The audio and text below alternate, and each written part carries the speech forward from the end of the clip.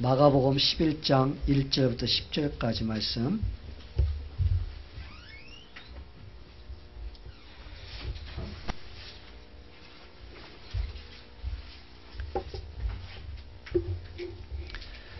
마가복음 11장 1절부터 10절까지 말씀 다 찾으셨죠?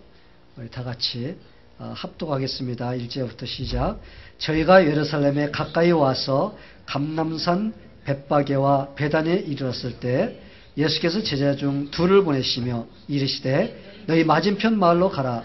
그리로 들어가면 곧 아직 아무 사람도 타보지 않은 나귀 새끼에 매어 있는 것을 보리니 풀어 끌고 오너라.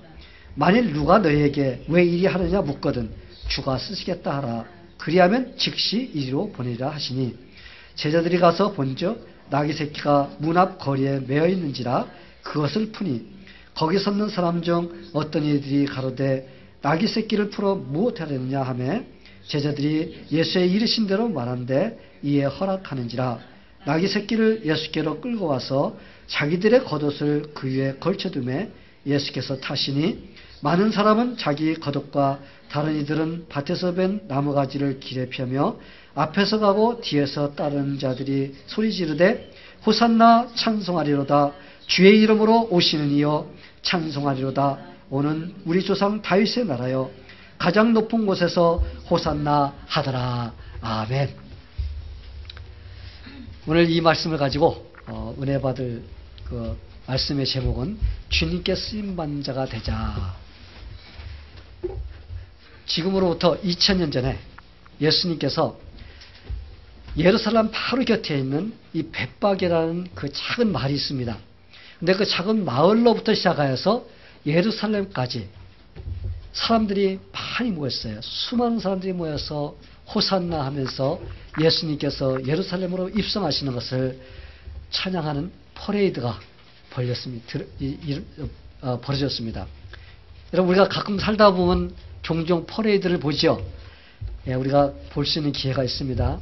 그런데 예수님께서 예루살렘으로 입성하실 때 그 퍼레이드는 우리가 오늘날 보는 그런 퍼레이드하고는 다른 종류입니다. 요즘에 그 퍼레이드가 참 많은데 그 퍼레이드를 보면은 제가 한 가지 여러분에게 예를 들어서 좀 설명해 드리겠습니다. 몇 년 전에 여러분들도 아마 TV를 통해서 보셨을 것입니다. 이 노무현 대통령이 대통령할 때 그 대통령이 그 판문점을 통해서 38선을 넘어가지고 어떻게 됐어요? 거기에 내려가지고 한번 기념 촬영하고 그 다음에 이북으로 들어가는 그것이 하루 종일 중계된 적이 있습니다. 그래서 이북을 그렇게 해서 통과해서 들어가 본 적이 처음이었던 것 같아요. 대통령이. 그래서 대단했습니다. 그래서 대통령이 탔던 자동차와 수행원들이 타고 갔던 착함한 승용차들이 줄을 지어가지고 어떻게 해요? 이북을 향해서 갑니다. 가는데 계속 중계가 됩니다. 근데 이북에 다 들어가니까 길거리 양쪽에는 이북에 그 백성들이 나와가지고 한복을 입고 아주 아름다운 옷들 입고 나와서 그저 손을 흔들면서 환영한다고 합니다. 많은 사람이 동원됐어요. 좌우편에 서가지고 대통령차가 지나갈 때마다 참 손을 들면서 웃으면서 환영합니다, 환영합니다 하면서 그렇게 합니다. 길거리에는 그들을 환영한다는 그런 여러 가지 현수막이라든지 이런 것들을 만들어서 장식해 놓았습니다. 이것을 보면서 2000년 전에 있었던 예수님의 그 퍼레이드, 그거는 좀 지금의 퍼레이드하고 조금 다르지 않을까. 왜냐하면 이북에서 있었던 남한의 대통령을 환영하기 위해서 모였던 그 사람들은 인위적으로 사람이 동원을 해서 만들어가지고 만들었던 퍼레이드입니다. 그래서 대통령이 오면은 그것을 갖다가 그렇게 하라고 하기 때문에 그들이 나와갖고 어거지로 와서 환영합니다 하면서 했던 그런 퍼레이드입니다. 그런데 우리 예수님의 그 퍼레이드는 달랐어요. 우리 예수님께서는 예루살렘에 입성하실 때 수많은 사람들이 모여들었습니다.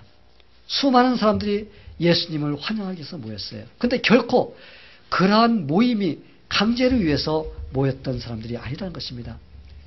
우리 예수님께서 예루살렘을 입성하시는데 우리 환영합시다. 그래서 환영위원회가 조직돼 가지고 예수님을 환영하기 위해서 사람들을 강제로 동원시킨 그런 퍼레이드가 아니었습니다. 또한 사람들에게 전화하거나 편지를 해서 예수님을 갖다 환영합니다 해가지고는 그들을 동원시킨 그런 동원도 아니었던 것입니다. 또한 홍보 활동을 해가지고 예수님 환영합시다 하고서 막 대대적으로 길에다가 예수님 환영하러 모이라고 해서 모였던 그런 동원도 아니었던 겁니다. 예수님께서 예루살렘을 들어오시자 그들은 자진해서 예수님을 환영하기 위해서 그 자리에 모였던 것입니다. 그곳에 모인 사람들은 예수님이 자기들을 위해서 십자가를 지시기 위해서 올라오는 것을 아마 모르고 그렇게 했을 것입니다. 그러나 그래도 그들은 예수님께서 예루살렘에 입성하시는 것에 대해서는 진정으로 환영하기 위해서 모였던 사람들입니다. 성도 여러분, 우리 예수님은 만왕의 왕이십니다. 우리 예수님께서는 그저 한 나라의 대통령 정도가 아니라 이 우주 만물을 만드시고 그 뜻대로 운행하시고 하나님께서 원하신 대로 이끄시는 그런 분이십니다. 그래서 그분은 우리가 한마디로 전능하신 분이다. 그분에게는 능치 못함이 없고 하지 못하는 일이 없고 모든 것이 가능하다라고 우리는 그분을 믿고 있습니다. 그런 위대하신 우리 예수님께서 예루살렘으로 들어오실 때 참 보니까 오늘 우리가 본문을 읽었지만은 예수님께서 화려한 마차를 타고 예루살렘에 들어오지 않으셨어요. 예수님께서 그렇다고 준 아주 그냥 멋진 든든한 멋있게 생긴 말을 타고서 예루살렘으로 입성하시지도 않았던 것입니다. 예수님께서는 오히려 초라한 나귀 새끼를 타시고서 예루살렘으로 들어오신 것을 우리가 볼 수가 있어요. 여러분 얼마나 상상해 보세요. 얼마나 예수님 그 모습이 초라한 모습인가. 위대하신 하나님께서 가장 초라한 그런 나귀 새끼를 타고서 예루살렘으로 입성하신 그 모습을 생각할 때 그분의 겸손함을 우리는 볼 수가 있습니다. 성도 여러분, 예수님께서 나귀를 타고 들어오실 때 수많은 사람들이 양쪽에 서서 그들의 손을 흔들고 옷을 벗어서 깔아주면서 호산나 하면서 예수님을 환영을 했습니다. 성도 여러분, 오늘은 우리가 해마다 맞이하는 그러한 종려주일이에요. 여러분, 종려주일이 무엇이냐면 예수님께서 이제 30대가 되셔가지고 사생활을 끝마치시고 공생의 삶으로 들어가셨습니다. 공생이라는 것은 우리를 위해서 십자가를 짊어지시고 가시기 위한 그러한 그 삶을 살았던 그것을 우리 공적인 삶이라고 이렇게 말합니다. 3년 동안 공적인 삶을 살으셨어요. 그리고 공적인 삶을 다 마치시고 이제 십자가에 달려 돌아가시기 위해서 이제 예루살렘으로 입성하신 날을 갖다가 우리는 종려주일이다 이렇게 부릅니다. 그래서 종려주일은 사실은 예수님께서 십자가에 달려 돌아가시기 위해서 온 인류를 위해서 돌아가시기 위해서 예루살렘으로 들어오신 날이에요. 그런데 이 날은 예수님께서 온 인류의 죄를 제거해 주시러 들어오시는 날이기 때문에 우리는 이 날을 대승리의 입성이라고 이렇게 부릅니다. 사실 죽으러 들어오시지만은 그분은 승리를 하고 승리를 가지고 들어오시는 분이기 때문에 승리의 날이라고 우리가 이렇게 말할 수도 있습니다. 그래서 저는 오늘 여러분들과 같이 예수님께서 예루살렘에 입성하신 그 모습을 우리가 생각해 보는 그런 시간이 되기를 원합니다. 그래서 예수님께서 우리를 위해서 예루살렘에 들어오실 때 타고 들어왔던 그 나귀 그리고 그 주인에 대해서 우리가 생각하면서 그들이 쓰임받았던 그 모습을 보면서 우리도 그렇게 쓰임받고 싶어하는 그런 간절한 마음의 소원을 가지고 이 말씀을 듣게 되기를 축원합니다. 여러분, 우리도 주님께 쓰임받아야 돼요. 그렇죠? 우리도 쓰임받아야 됩니다. 그래서 하나님께 영광 돌리면서 하나님의 영광에 우리가 동참해야 됩니다. 나귀도 예수님의 그 사역에 동참함으로써 그도 같이 존귀함을 받았습니다. 이와 마찬가지로 우리도 예수님의 그 사역에 동참함으로써 예수님께 다시 오실 때 우리가 하늘나라에 갈 때 하나님께서 우리를 칭찬해 주시고 우리의 귀한 그러한 면류관을 주시는 그걸 생각하면서 우리도 쓰임받아야겠다. 그런 마음의 자세를 가지고 이 시간에 듣게 되기를 바랍니다. 그런데 우리가 어떻게 쓰임받아야 될까? 믿는 자들은 전부 다 쓰임받아야 되는데 어떻게 우리는 쓰임받을 수가 있을까? 먼저 우리가 쓰임받기 위해서는 주님께 부름을 받아야 돼요. 자신이 주님께 쓰임받고 싶다고 해서 여러분 쓰임받는 게 아니에요. 여러분이 내가 주님께 쓰임받을 수 있어 하면서 여러분이 그런다고 여러분 쓰임받는 것이 아닙니다. 주님이 쓰시려고 우리를 먼저 불러주셔야만이 우리가 쓰임받을 수가 있는 겁니다. 그리고 사용해 주실 때 우리는 쓰임받을 수 있는 자격을 가질 수가 있습니다. 많은 사람들이 교회 다니면서 실수하는 것이 있습니다. 잘못 생각하는 것이 있어요. 그것은 무엇이냐면 내가 특별하니까 주님께 쓰임받는 거야? 이렇게 생각하는 건다는 것입니다. 그런데 여러분, 하나님께서 불러서 쓰시지 않으면 우리는 쓰임받을 수 없는 존재라는 걸 알아야 돼요. 하나님께서 불러주셔야 됩니다. 오늘 우리가 나귀를 보세요. 예수님께서 타셨던 그 나귀, 벳바게라는 그 동네에 여러분 예수님께서 탔던 그 나귀밖에 없었어요? 그곳에 이 한 마리밖에 없기 때문에 예수님께서 그 나귀를 불러주셨을까요? 아니에요. 그 당시에는 이 나귀가 그들의 살아가는 아주 중요한 수단이었고 농사 짓는데 가장 유효하게 쓰임받는 그러한 짐승이었습니다. 그렇기 때문에 집집마다 다 나귀가 있었을 것입니다. 요즘에야 우리가 뭐 경운기도 있고 뭐 추록도 있고 여러 가지가 있어서 우리가 그런 걸 사용해서 하지만 그 당시에는 그 나귀가 가장 중요한 농사 짓는 수단, 짐을 실어 나르는 그런 수단으로 사용했던 그런 시대이기 때문에 집집마다 그런 나귀들이 있었을 것입니다. 그런데 예수님께서 제자들을 보내셨어요. 그러면서 어느 곳에 가면은 나귀가 있을 것이다. 그러면 그 나귀를 끌고 와라. 이렇게 분부를 해주셨습니다. 정확하게 제자들에게 어느 집에 가서 어디에 가면 어느 집에 가면 나귀가 왜 있을 것이다. 그것을 끌고 오라고 그랬습니다. 수많은 나귀가 있었을 거예요. 그 동네. 그런데 예수님께서 특별하게 그 나귀를 어떻게 했어요?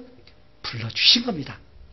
불러주셨기 때문에 그 나귀가 선택받고 예수님께 쓰임받을 수 있었던 것입니다. 성도 여러분, 나귀는 만약에 예수님께서 불러주시지 않았다면 평생 동안 그 말뚝에 매여서 살 수밖에 없는 그런 신세였을 것입니다. 평생 동안 그런 무거운 짐만 지다가 끝나버렸을 거예요. 그래 평생 동안 두들겨 맞으면 책찍 맞으면서 주인이 시킨 대로만 하다가 그냥 끝나버리는 인생이 됐을 것입니다. 그 나귀의 인생이 됐을 거예요. 그런데 그가 예수님께 부름을 받았기 때문에 그가 얼마나 소중하게 쓰임받았는지 자신은 모르지만은 그러나 그렇게 쓰임받았습니다. 예수님께서 그 위대하신 예루살렘에 입성하시는데 타고 가는 바로 그러한 귀한 존재로서 쓰임받은 것을 우리는 볼 수가 있습니다. 비록 잠시 동안이지만 그렇죠. 예수님께서 인류를 구원하는 그러한 일에 나귀가 쓰임받았다는 것입니다. 성도 여러분, 예수님은 구원 사역을 위해서 보잘것없는 나귀를 갖다가 불러주셨고 그럼으로써 그것을 사용해 주셨습니다. 이와 같이 하나님은 보잘것없는 우리도 부르셔서 하나님께서 일하시는 그 사역에 우리를 사용하시기를 원하신다는 것입니다. 예수님께서 구원하시고자 하는 그 구원 계획에 바로 우리도 동참시키시기를 하나님께서는 원하시는 것입니다. 하나님께서는 우리를 부르셔서 하나님의 영광의 도구로 쓰시기를 원하십니다. 그러기에 하나님께서 우리를 부르실 때 우리가 쓰임받아야 돼요. 하나님께서 우리를 부르지 않으면 우린 절대로 쓰임받지 못한다는 그것을 알아야 됩니다. 그래서 우리가 한번 성경을 한번 가만히 보세요. 하나님께서 불러주시지 않았는데 쓰임받은 사람이 있는가? 하나님께서는 쓰실 자는 반드시 불러주십니다. 우리가 한번 사무엘을 보시기 바랍니다. 사무엘은 아무것도 모를 때 부름을 받았어요. 하나님께서 부르신지는 몰라갖고 엘리제 선생에게 쫓아가는 이런 실수를 범할 정도로 아주 아무것도 모르는 어린아이였는데 하나님께서 그를 불러서 그를 사용해 주셨습니다. 여러분 모세를 보세요. 그는 호렙산 그 떨기나무 아래서 불타는 그곳에서 하나님께서 불러주셨는데 그는 하나님께서 부를 때 겁쟁이였습니다. 하나님 나는 못합니다. 하나님 못해요. 그랬는데도 하나님께서 불러서 그를 사용해 주신 것을 우리가 볼 수가 있습니다. 갈릴리에서 고기를 잡던 베드로, 안드레, 요한, 야고보, 여러분 그들을 갖다 예수님께서 불러주셨어요. 나를 따라오너라 내가 너희를 사람을 낚는 어부가 되게 하리라. 그래서 그들은 쓰임받았습니다. 사도 바울을 보세요. 그는 하나님을 대적하면서 믿는 자들을 핍박하던 그런 자리였지만 예수님께서 그를 다메섹 도상에서 불러주신 분을 말미암아 그는 이방 민족을 구원시키는 그 도구로 쓰임받을 수가 있었습니다. 근데 여러분 그들이 그 하나님께서 불러주시고 예수님께서 불러주실 때 그들이 나는 부름받을 수 있는 자격이 있어서 나를 불러주셨군요. 그런 사람이 하나도 없다는 거예요. 모두가 다 나는 주님께서 불러주시는 그 일에 합당한 자가 아닙니다. 나는 부족한 자입니다. 이런 마음으로 그들은 주님 앞에 무릎 꿇고 주님께 쓰임받은 그런 사람들이라는 것을 우리가 볼 수가 있습니다. 여러분 예레미야가 부름받을 때를 한번 보세요. 하나님께서 예레미야를 불러주셨을 때 이렇게 고백을 합니다. 슬프도소이다. 주 여호와여 보소서 난 아이라 말할 줄도 알지 못하나이다. 여러분 예레미야가 말할 줄을 몰라서 이랬을까요? 내가 얼마나 부족한지 하나님 아시지 않습니까? 나는 부족해서 말도 못하는 어린아이 같은 그런 모습입니다. 하면서 하나님께 부름을 받아서 쓰임받았던 것입니다. 여러분 이사야 선지자를 보세요. 하나님께서 이사야 선지자를 부르실 때 그는 하나님 앞에 이렇게 말합니다. 나는 부정한 자라. 나는 부정한 자들 가운데 있는 자라고 하면서 자기는 주님께 쓰임받을 수 없는 그런 아주 부족한 자라고 하면서 그가 고백하는 것을 볼 수가 있습니다. 그런데 하나님께서는 이렇게 부족하고 아무것도 모르고 그런 자들이라도 불러주셔서 그들은 쓰임받을 수가 있었던 것입니다. 성도 여러분, 우리는 부족한 사람들이에요. 그런데 하나님께서 내가 너를 쓰겠다고 불러주시면 우리는 할렐루야 감사합니다 하면서 우리는 최선을 다해서 주님께 쓰임받을 수 있는 그런 그릇이 되어야 됩니다. 왜냐? 하나님께서 우리를 불러주실 때는 주님께서 우리를 불러주실 때는 그것을 할 수 있는 능력까지 주시는 겁니다. 여러분 나귀를 보세요. 나귀는 사실은 나귀 새끼라고 그랬어요. 예수님을 태우고 갈 수 있는 능력도 없는 그런 나귀였어요. 그런데 예수님께서 불러주실 때 그 나귀가 예루살렘까지 예수님을 태우고 갈 수 있는 그런 능력을 예수님께 주셨던 것입니다. 성도 여러분, 오늘 우리가 사는 이 시대도 마찬가지입니다. 하나님은 이전에 하나님의 종들을 불러서 사용하신 것 같이 오늘날도 우리를 불러서 하나님의 구원사에게 동참시키기를 원하시고 계십니다. 지금도 하나님께서는 주의 나라를 위해서 일할 일꾼들을 부르고 있습니다. 아주 다양한 일꾼들을 부르고 있어요. 교회에서 하나님께서 장로나 권사로서 불러가지고 교회에서 장로나 권사가 해야 될 그 귀중한 역할을 감당하게 함으로써 주님의 사역에 동참하게 하십니다. 또 하나님께서는 주일학교 교사를 불러주시고 또한 교회에서 성가대, 반주자 또 여러 가지 모습으로서 불러주셔서 주님의 일을 하도록 하십니다. 또한 교회에서 구역장이나 여전도로서 이렇게 역할을 하도록 이렇게 불러주셔서 주님의 일에 동참하도록 해주시는 것입니다. 하나님께서 이러한 일꾼으로 불러주실 때 우리는 거기에 하나님께 나를 불러주셨다는 그것 때문에 우리는 감사하면서 우리는 아멘으로 화답할 수 있는 사람이 되어야 됩니다. 그래서 우리가 죽도록 충성함으로써 하나님께서 부르신 그 부름에 합당하게 우리가 쓰임받을 수 있는 그런 사람들이 되어야 됩니다. 그런데 여러분 우리가 꼭 알아야 할 것은 우리가 하나님께서 나에게 이런 직분을 맡겨주셨는데 이런 역할을 맡겨주셨는데 내가 할 수 있는 능력이 있어서 나에게 맡기셨다고 이렇게 생각해서는 안 된다는 것입니다. 이런 귀한 직분을 맡겨주신 것은 전적으로 하나님이 나에게 그 일을 할 수 있도록 불러주셨고 또한 가능케 해주시기 위해서 불러주셨다는 바로 그런 마음을 가지고 우리가 열심을 다해서 최선을 다해서 하고자 하는 그런 겸손한 마음이 돼야 된다는 것입니다. 예수님께서 보잘것없던 이 나귀 새끼를 사용하셔서 나귀를 타시고 예루살렘으로 들어오심으로써 나귀도 귀한 영광을 누리는 그러한 축복을 누리게 되었습니다.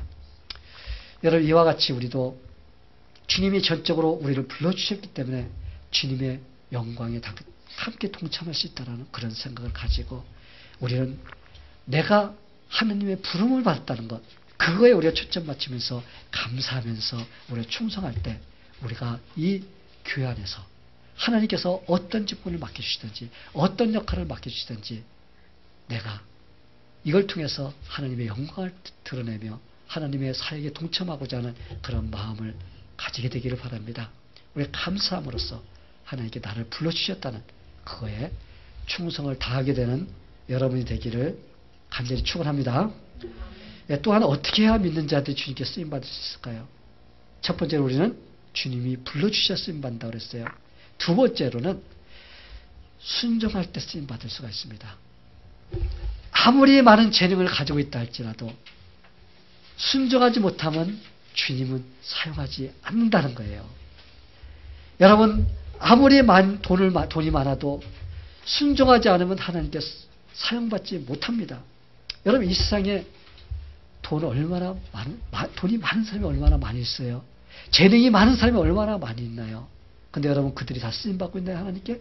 아니에요. 하나님께 쓰임받는 사람들은 하나님께 부름을 받고 하나님께 순종하는 사람이 쓰임받을 수가 있는 것입니다. 오늘 본문에 나오는 나귀의 주인도 순종할 때 그가 쓰임받을 수가 있었습니다. 예수님은 건넌 마을로 제자들을 보냈어요. 둘을 보내시면서 어떻게 해야 될 것까지 정확하게 대답할 것까지 말씀해 주셨습니다. 어느 곳에 가면 나귀가 매여 있을 테니 그 나귀를 끌고 와라. 혹시 그 주인이 묻거든 이렇게 대답해라 하고까지 대답까지 주셨습니다. 그래서 만일 누가 너희에게 왜 이리 하냐 묻거든 주가 쓰시겠다라. 주가 쓰시겠다라. 그리하면 즉시 이리로 보내리라. 제자들이 갔습니다. 가서 나귀 새끼를 끌고 있는데 주인이 와서 묻는 겁니다. 예수님께서 말씀하신 대로. 그래서 주가 쓰시겠다 하라. 그러니까 가져가시오. 이렇게 했던 겁니다. 주인이 예수님이 말씀하신 대로 그대로 순종한 걸 볼 수가 있어요. 그 당시에 여러분 나귀가 싸지는 않았을 거예요. 아마 요즘으로 하면은 우리가 아마 어떤 큰 중요한 그런 기계나 마찬가지인데 그것이 없으면은 아마 농사짓기가 참 어려운 그런 처지에 놓일 수가 있습니다. 그래서 각 집마다 갖고 있다 할지라도 그것이 그들에게 큰 재산일 겁니다. 그리고 어떻게 보면 재산 목록 1위에 들어가 있을 수도 있는 그런 아주 중요한 거예요. 그래서 만약에 나귀를 내어줬다가 나귀를 되돌려 받지 못한다거나 나귀가 죽거나 잃어버린다거나 그러면 그 사람은 큰일 나는 겁니다. 농사 못 집니다. 어려움을 당할 수가 있어요. 그렇기 때문에 만약에 주인이 좀 안 될 텐데 하면서 만약에 순종하지 못했다면 주인은 예수님의 그 사역에 같이 동참하지 못했을 것입니다. 그런데 주님이 쓰시겠다라는 그 말, 그랬을 때 그는 선뜻 주님께 순종한 걸 볼 수가 있습니다. 여러분 주님이라는 그 말이 무슨 뜻인지 아세요? 영어로는 로드예요. 로드. 이 로드란 말은 우리가 권위 있는 사람의 칭호를 말합니다. 그래서 예를 든다면 노예가 있는데 자기 주인을 갖다 부를 때 로드라고 부릅니다. 왜? 주인이기 때문에 자기를 갖다가 모든 것을 주관하는 그런 자이기 때문에 주인님 하고 이렇게 부릅니다. 우리 성경에서는 로드, 이 대문자로 엘로 쓰는 이것은 우리 하나님을 나타낼 때 이렇게 부릅니다. 나귀 주인은 예수님이 하신 말씀의 뜻을 깨달은 거예요. 주님이 쓰시겠다 하라. 그랬을 때 예수님께서 이 세상 우주 만물을 창조하신 그 하나님이심을 갖다가 그는 믿었던 겁니다. 깨달았던 거예요. 그래서 자기가 가지고 있는 것은 주님께서 모든 걸 소유하고 있다는 것을 갖다가 그는 깨달았던 겁니다. 그렇기 때문에 그가 받아들이고 주님께 자기의 나귀를 내어놓을 수가 있었던 것입니다. 우리는 여기서 나귀 주인의 아름다운 그 믿음과 순종의 모습을 볼 수가 있습니다. 성경에서 이 사람이 누구인지 이름은 나오지 않았어요. 그런데 성경에서는 분명하게 그의 순종의 모습을 정확하게 우리에게 표현해 주는 것을 볼 수가 있습니다. 사랑하는 성도 여러분, 이 교회를 다니고 있는 사람들도 참 다양한 재능을 가지고 있는 사람들이 참 많이 있습니다. 여러분 얼마나 많이 있어요? 다양합니다. 재능들을 가지고 있어요. 그런데 아무리 재능을 많이 갖고 있다 할지라도 그 사람들이 다 쓰임받고 있나요? 아니에요. 쓰임받을 수 있는 사람은 겸손하게 순종할 때 쓰임받을 수가 있습니다. 아무리 재능이 많으면 무엇합니까? 주님께 쓰임받지 못하면 그 재능은 아무 소용이 없습니다. 성도 여러분, 우리가 가지고 있는 것, 어떤 것이든지 그것을 주님을 위해서 내가 내놓고 내가 쓰임받을 때 진정한 가치가 있어요. 진짜 가치가 있는 겁니다. 그런데 재능이 많아도 그것을 주님을 위해서 쓰지 않고 둔다는 것은 땅에다 파묻어 놓고 그러면 그것이 다 녹슬어버리는 그거와 마찬가지인 것입니다. 교회 다니는 사람들도 얼마나 그런 사람이 많은지 몰라요. 참 안타까워요. 성도 여러분, 때로는 우리가 순종하려고 하면은 꼭 손해를 보는 느낌이 들어갑니다. 그래서 선뜻 순종하지 못할 때가 있습니다. 만약 나귀 주인같이 내가 순종을 하면은 나귀를 잃어버릴 수 있을 가능성이 있을 텐데 하면 여러분 두려움이 옵니다. 그래서 안 되지 하면서 내어놓지 못합니다. 그런데 우리가 믿음으로써 순종할 때 그것을 선뜻 내놓을 때 우리는 하나님께서 같이 해주시고 책임져 주십니다. 손해볼 것 같아서 두렵지만 그러나 우리가 순종을 할 때 하나님께서 함께 하신다는 겁니다. 성도 여러분, 우리가 순종할 때 나귀 주인도 쓰임받을 수가 있었던 것 같이 우리도 여러분 쓰임받아야 돼요. 순종으로 쓰임받아야 됩니다. 우리가 때로는 하나님께 순종하려면 무거운 십자가를 지는 것 같은 두려움이 올 때가 있어요. 때로는 물질적인 희생도 따를 때가 있습니다. 또한 주님의 일에 순종하고 할 때 육체적인 그런 고통도 오고 또한 정신적인 그런 고통도 피곤함도 따를 때가 있어요.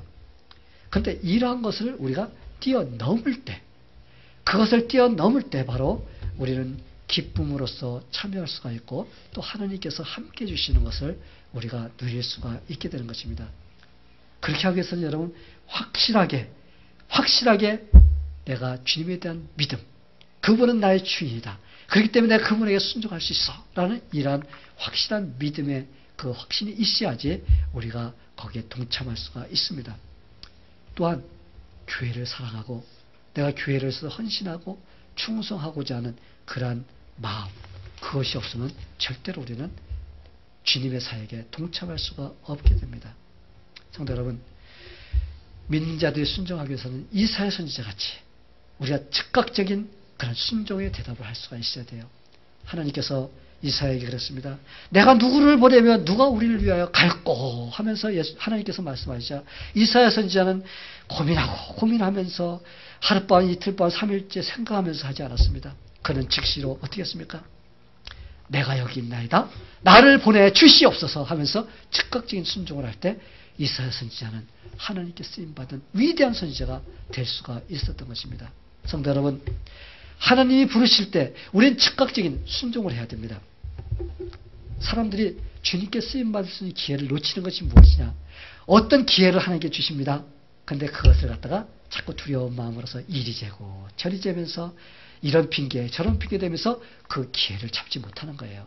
그 기회를 잡지 못하니까 하나님께 쓰임받을 수 있는 나귀와 같이 나귀 주인과 같이 쓰임받을 수 있는 찬스가 주어지는데 그 찬스를 다 흘려버리고 그냥 제자리에 남아있기 때문에 쓰임받지를 못하는 것입니다. 여러분, 우리는 믿는 자들은 주님께서 이것을 하기를 원한다 할 때 우리는 어떻게 해야 돼? 즉각적인 순종해야 돼요. 주님, 나는 할 수 있는 능력이 없지만 내가 하겠습니다. 능력까지 주시옵소서 하면서 할 때 하나님께서는 우리를 사용하시는 겁니다. 어느 날 예수님과 제자들이 가나의 혼인잔치에 참여했습니다.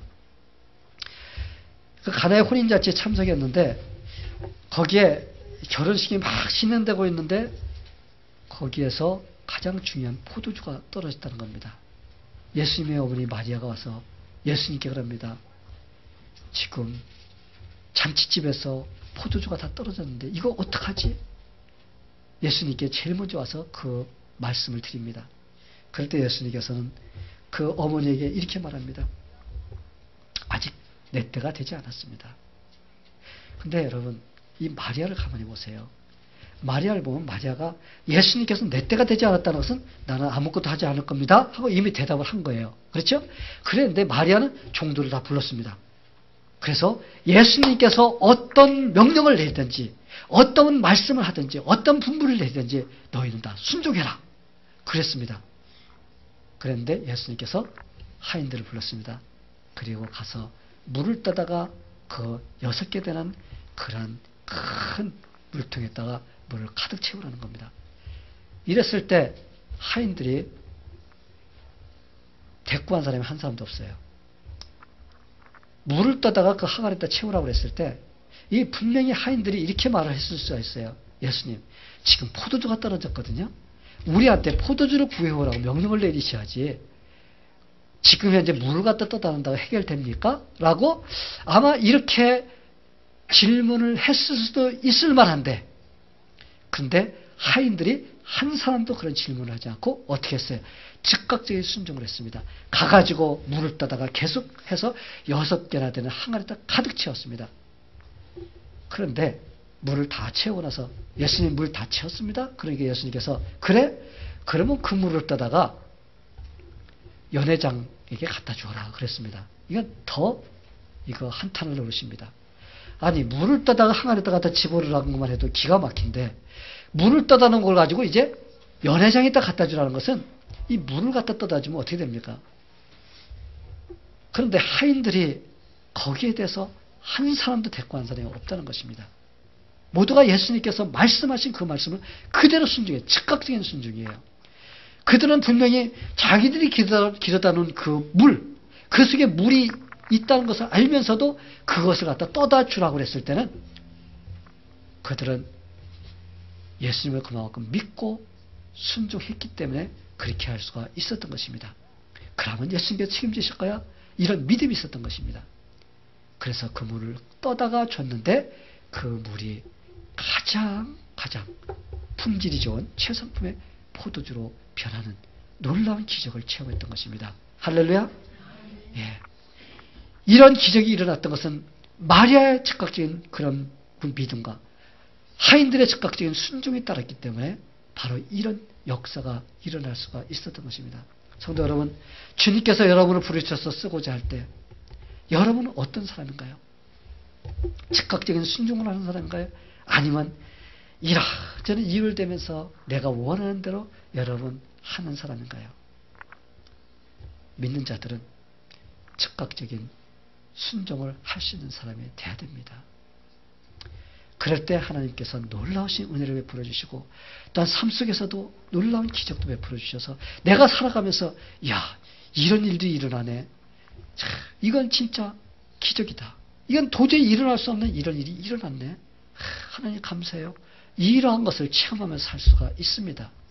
그런데 하나님께서 하라고 하는 것은 내 생각으로 된다 안 된다 판단 다 하면서 내가 하고 싶은 것만 하고 그렇지 않은 것을 하지 않을 때는 여러분 그 안에서밖에 내가 얻는 것이 없다는 것입니다. 하나님의 것을 내가 체험하지 못하고 살아요. 이 세상에서 내 것만 내가 할 수 있는 그 안에서만 내가 살아갈 수 있는 그리고 얻을 수밖에 없는 것입니다. 사랑하는 성도 여러분, 사람들이 교회에서 하나님의 축복받기를 원합니다. 교회 다니는 사람들이. 그런데 순종을 잘 하지 않으면서 하나님의 축복만 받기를 원하는 사람이 참 많아요. 그러다가 자기가 원하는 대로 되지 않으면 왜 하나님 나한테 이럽니까 하면서 막 화내면서 이 분노를 뿜어내는 사람들이 참 많이 있다는 것입니다. 성도 여러분, 그러나 하나님의 말씀에 순종하는 자가 하나님이 주시는 것도 누리면서 축복도 누리면서 살게 되는 것입니다. 여러분 예수님을 생각해 보세요. 예수님께서는 아들이시라도 하나님의 아들이시라도 그는 고난을 통해서 순종함을 배웠다고 그랬어요. 여러분 하나님의 아들이 왜 고난을 통해 하면서 순종함을 배울 필요가 뭐가 있나요? 그럴 필요가 없습니다. 그런데도 그분은 이 세상에 오셔서 고난을 통해서 순종하는 것을 배우신 그러한 분이십니다. 그래서 예루살렘에도 사실은 죽으러 올라가는 것을 아시고도 그분은 올라가신 것입니다. 선지자는 예루살렘 성 바깥에서 죽는 일이 없다고 하면서 그는 자기의 발로 걸어서 예루살렘으로 올라간 것은 하나님께 순종하기 위해서 그는 올라갔던 겁니다. 성도 여러분, 하나님은 우리가 나에게보다 더 쓸모없는 그런 존재였지만 하나님은 우리를 불러주셨어요. 우리는 진짜 쓸모없는 죄인이었습니다. 하나님을 반역했던 자였습니다. 우리 모두는 예전에 예수 믿기 이전에는 우리의 마음대로 살았어요. 허물과 죄로 죽었던 자들이고 하나님을 대적하며 세상 풍조, 마귀의 권세 아래서 우리가 마귀가 원하는 욕심을 부리면서 내가 원하는 생각대로, 내가 원하는 성깔대로 살아갔던 그런 삶이었습니다. 그런데 예수님께서 이제 우리를 본질상 진노의 자녀였는데 축복의 자리로 우리를 옮겨주셨습니다. 우리를 생명의 자리로 옮겨주셨어요. 우리는 그런 것을 받을 수 있는 자격이 없는 자였습니다. 그러나 하나님께서는 우리를 사랑하여 주시고 우리를 하나님의 그 사역에 동참시키기 위해서 우리를 불러주시고 우리를 사용하시기로 하고, 그럴 때 우리가 순종할 때 우리는 거기에 같이 동참할 수가 있는 것입니다. 성도 여러분, 우리가 만약에 하나님께서 우리를 불러주시지 않았다면 우리는 보잘것없는 죄인의 존재로 살아갈 것입니다. 그런데 하나님께서 우리를 보잘것없는 그런 존재였지만 우리를 구원시켜 주셔서 이렇게 귀한 존재로 만들어 주셨습니다. 하나님께서는 보잘것없는 나귀도 이게 사용하실 수 있는 분이십니다. 그렇다면 우리는 얼마나 위대하게 하나님께 창조해 주셨습니까? 우리는 하나님께 예스 하면서 순종만 하면 우리는 그만큼 쓰임받을 수 있는 그런 자들입니다. 성도 여러분, 우리가 하나님 앞에 쓰임받으면 축복받은 인생이고 우리의 인생은 기쁨과 소망이 넘칩니다. 그런데 만약에 우리가 불순종하고 내가 원하는 대로 살면 우리의 인생은 비참한 인생이 되고 말게 됩니다. 이번 주일은 종려주일입니다. 예수님의 놀라우신 이런 사랑과 은혜를 생각하면서 하나님의 사랑, 그 위대한 사랑, 그 사랑을 내가 느끼면서 나도 주님께 쓰임받아야지, 그런 마음이 되게 되기를 권면합니다. 그럼으로써 여러분이 하나님께서 부르실 때, 사용하시고자 할 때, 예스, 내가 여기 있습니다, 나를 사용해 주시옵소서 하면서 여러분이 교회에서도 다 쓰임받는, 그래서 하나님께서 원하시는 그곳에 쓰임받고 하나님께서 주시는 그런 은혜와 축복을 누리며 살게 되기를 예수님의 이름으로 간절히 축원합니다. 다 같이 기도하겠습니다. 하나님 아버지, 감사합니다. 오늘 우리가 종려주일로서 예수님께서 십자가를 지시고 우리를 위해서 죽으시기 위하여 예루살렘으로 들어오신 그날, 우리가 예수님을 생각하면서 우리 자신들도 이제는 예수님께서 불러주시고 사용하시고자 할 때 우리가 순종할 수 있는 그런 마음이 되게 하여 주시옵소서. 이제까지는 내가 원하는 대로 내 방법대로 살았지만 그러나 이제는 주님이 불러주시고 사용하시기를 원하시는 그것을 깨달았사오니 우리가 그런 모습으로 쓰임받아서 우리가 귀한 예수님의 영광에 동참할 수 있는 그런 삶이 되게 하여 주시옵소서. 예수님의 이름으로 기도하옵나이다. 아멘.